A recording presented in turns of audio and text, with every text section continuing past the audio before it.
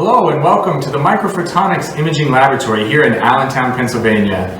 We're happy to have you with us today. Each month we're going to be going through some new tips and tricks videos to help you get the most out of your SkyScan Micro CT instrument. Hello and welcome to this month's installment of the Microphotonics Tip of the Month series. Today we're going to be talking about continuous rotation imaging in the SkyScan 1273. So you're probably all aware, especially if you own a SkyScan 1273 already, that typical imaging on any of our SkyScan systems is going to be a stop and shoot configuration where we're going to rotate the sample a certain fraction of a degree, take our projection image, rotate again, and repeat this process until the scan is completed either in 180 or 360 degree mode. However, one interesting advantage of using the SkyScan 1273 is the ability to utilize the flat panel detector for a fast readout continuous rotation imaging of our data set. And this is particularly useful if we just want an overview scan of our sample. We're not really worried about high resolution. We just want a quick view, 3D reconstruction of our sample. So some of the trade-offs that you need to consider if you want to explore continuous rotation imaging primarily are going to be resolution based. So continuous rotation imaging is not possible at the full 1x1 binning of our detector. So this 3072 by 1944, that's going to be too long of a readout time on our detector in order to do continuous rotation imaging. So at best we're going to be doing 2x2 and at worst 4x4 binning. So let's go ahead and drop this to 2x2 binning. And we can see we go from 40 to 80 microns pixel size as expected.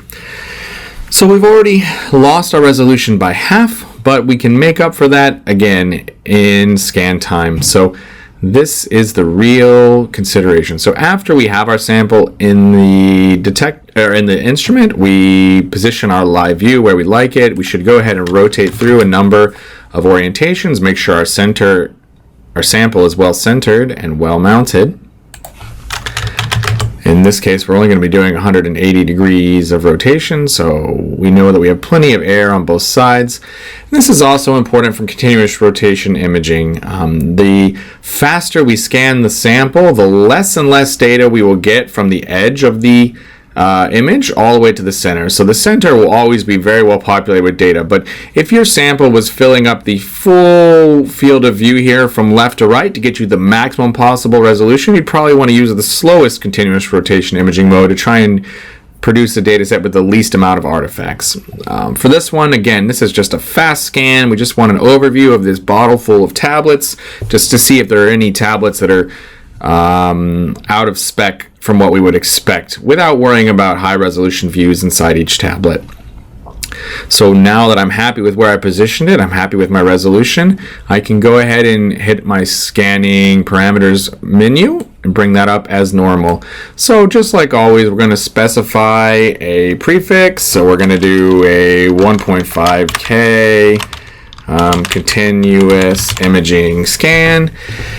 And so typically, like I said earlier, we use the step and shoot configuration. Well, the SkyScan 1273 has the second option here for continuous rotation. So if we select that, we see that our available options change, and no longer are we limited to things like rotation step and frame averaging.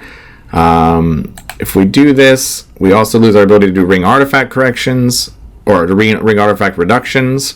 But we're presented with this option to do 4 different timed scans. So 30-second acquisition, 59-second, 119-second, and 238-second.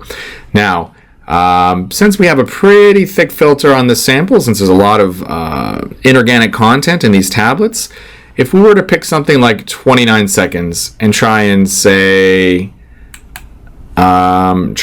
scan, let me put it into a folder too.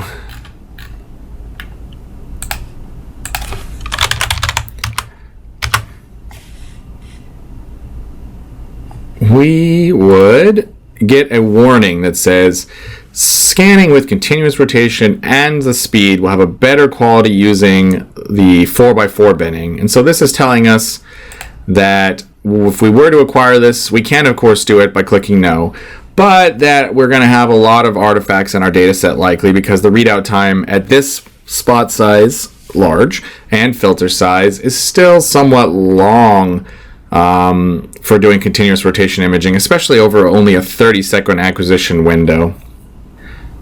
So I'll go ahead and cancel that, and we will return to the original position, and I'll delete out the data set from here since we didn't collect anything yet. Now if we go back to our scanning parameters menu and I select something more like 238 seconds and I hit scan here, we'll see that we don't get the same warning. So that's really related to both the filter you're using as well as the amount of time you select for doing your continuous rotation imaging. So while the instrument is acquiring the continuous data, your live view will no longer function. It'll just kind of be a static picture of the last view you had prior to starting imaging. And you get that notice up here in your scanning menu as well, where it says scanning, no image updates. So this means we're not seeing the live view. And this is because we're just buffering all of these projection data as quick as we can rotate the stage practically over to a temporary folder, and then we're going to write that folder to disk. So let's take a minute, let the scan finish. It's going to take 240 seconds or so, and we will connect at that point. Alright, so the acquisition is finishing up. All of the data is now going to be written to disk space in the folder that we specified.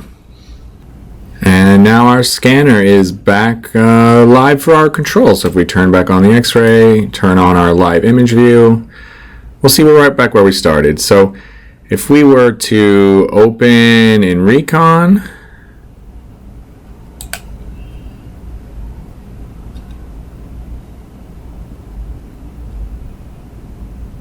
alright, we can see here's our data set. And if we take a preview view through that slice, we can see we did a decent job of acquiring data on all of our tablets in about 4 minutes. So this is a fast way to get a medium resolution or lower resolution view of your sample. It's really great for overview scanning, where you just want to kind of categorize a sample, and then you can dive in deeper into higher resolution imaging if there's something you want to explore at that point. I hope this tip of the month video has been helpful in illustrating how you can use continuous rotation imaging with your SkyScan 1273 system. If you have any questions, as always, please reach out to us here at Photonics. Happy to help. Have a great day. Hello. Thank you for watching this installment of our video tip of the month. At Photonics, we strongly believe that the research you do changes the world, and we're happy to support you in your efforts through these videos, through our advanced training courses, and our annual workshops. Through these efforts, we strive to make sure that you are getting the most from your Bruker Micro CT machine. If you have any questions on this video or any other questions, feel free to give us a call or send us an email. Thank you again, and have a good day.